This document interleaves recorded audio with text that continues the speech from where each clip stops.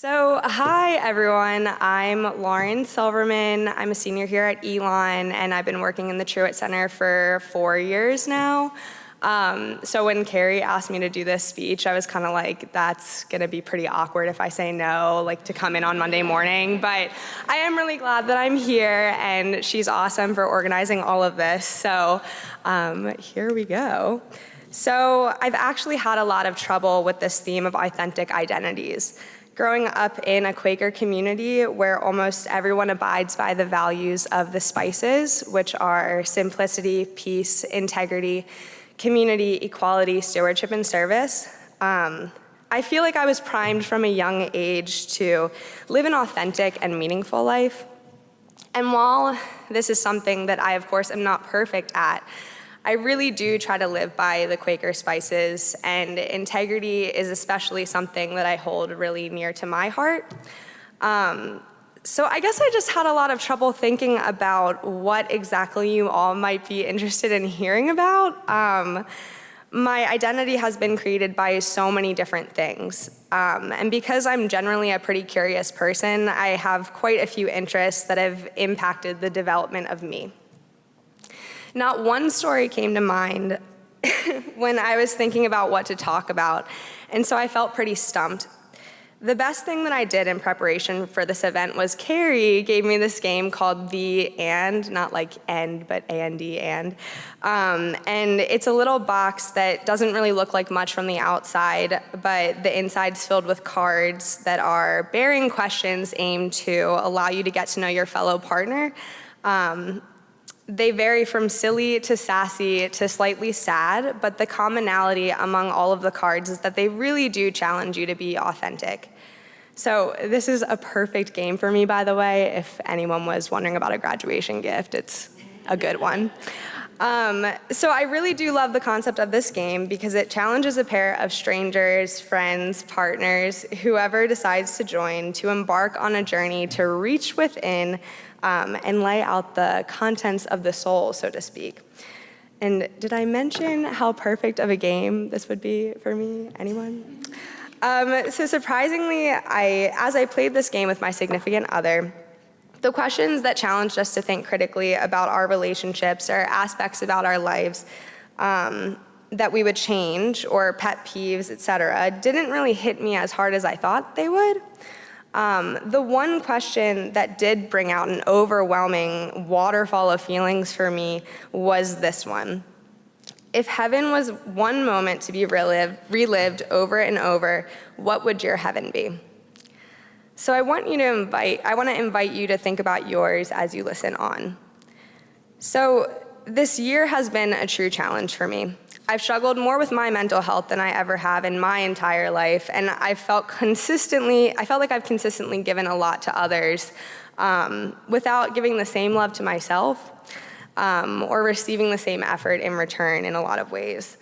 I often grapple with the fact that my personality is one of very high achievement, so I have kind of high standards, and that's challenging at times. And it's really just exhausting, and I've been exhausted. I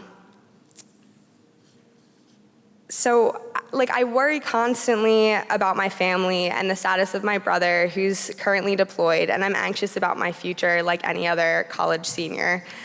And I recently got into my second grad school, and when I heard the news, I truthfully felt kind of gray, if that makes sense. And I'm thankful for therapy and a supportive family, but I really just have been feeling down, to put it simply. So when my partner asked me this question, it was honestly the first time that I thought about a time that I was overwhelmingly happy, with no stressors whatsoever, and that was heavy for me. So in that moment, I teared up. The tears rolled down my face as I described a beautiful evening down the shore in Cape May, New Jersey, where my family has been vacationing for the summers without missing a year since before I was even conceived. Every summer, we take the drive down to the colorful little beach town with the Victorian houses that hold my closest and happiest memories. We listen to Hard Candy, which is arguably the best Counting Crows album, and we belt out all of the words, only slightly out of tune. Growing up, everyone on my mom's side would go. my grandpa, Grandma Bobby, Uncle Joe, Aunt Annie, all of the Kaylors, and us. We'd rent a house all together and arrive relatively at the same time, although Aunt Kimmy's always really late to everything. My cousin Kira and I would snag a room together and we'd lay out our princess comforters, which we still use today. And I'd try to touch her stuff or play with her princess Polly Pocket figures, and she'd always freak out at me, and she's gotten a little bit better at it, but not by much. And throughout the years, we've kept up with our traditions. Eating pounds of fudge from Fudge Kitchen, shopping in the outdoor mall, heading to the arcade where Grandma Bobby, who had a little bit of a gambling problem, would slip us $20 bills at the casino-type game so that we could win enough tickets to buy something that probably took 25 cents to manufacture. Mini golf followed by funnel cake and ice cream, fried flounder at the Lobster House, fishing on the Miss Chris, and many bike rides that I really resented, but now I like, but don't tell anyone. As time passed, these traditions have changed. We now head down at the same time every year, but we rent separate houses, and unfortunately, the elder members of our group have passed away. So we still eat Fudge Kitchen, but my grandmom, who used to buy, I kid you not, 2 pounds of fudge every single day, isn't in the same bedroom, leaving the fudge on the counter so that me and my brother could sneak in and steal some. Mini golf and the arcade are fun, but Billy and Jack, my youngest cousins, don't play as many casino games as my brother Brian and I used to. Because of his schedule, Brian isn't always able to come, so I definitely miss stepping up in my role as world-class younger sister, who is very annoying. So we do everything like we used to, but we're definitely missing a part of our group. So I don't believe in heaven, but I do believe in energies. And if my energy can manifest in some space or experience over and over, I'd be in Cape May.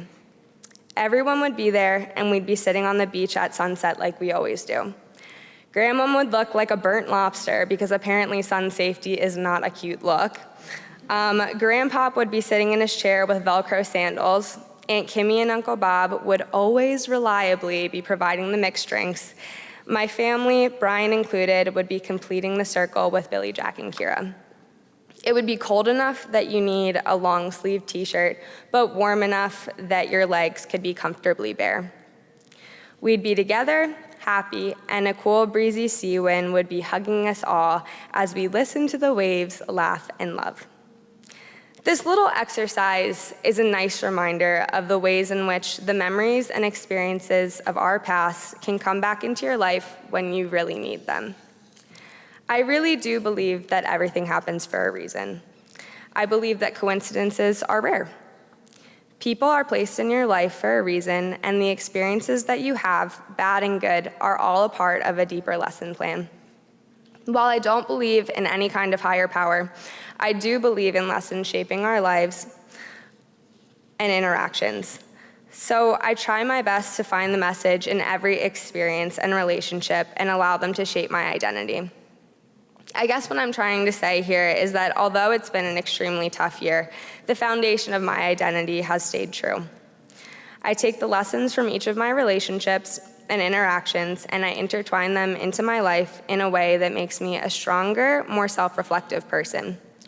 As I've gotten older, I've understood that family, for me, is the most important thing. And although no one has a perfect family, and mine certainly isn't that either, I love them and they bring the most joy to my life. My identity has been a result of them, and to speak about authenticity cannot be done without a description of them. I've been in such a rut lately, and when I answered the question on that card, I felt an overwhelming sense of gratitude for my family and for the experiences and memories that we share. If we really are just a bunch of energies floating around the world, when I die, I'd like to think that our energies would intertwine in a bundle of tranquility and sea breeze. I don't always live in the moment, and it's something that I've been working on. My identity is one that is constantly searching and looking for connections. I'm reflective and a little shy, but I open up completely when I'm with the people that I love and with those who love me. I am who I am, but I'm always willing to grow and change. So if you could all take a minute to close your eyes. So if heaven was one moment to be relived over and over, what would your heaven be? Something has probably come to mind here for you, and I invite you to try to reflect on that moment. With your eyes closed, let it dance before you. Let the memory fill you with whatever emotions you need. And if nothing comes to mind, and this exercise is a little less meaningful for you, that's totally fine too. If something's weighing on you, or if you're just really feeling the midterm stress, just take a moment to be here now. I invite you all to find your moment and let it guide you. Thank you all so much for taking the time to come out this morning, and happy Thursday.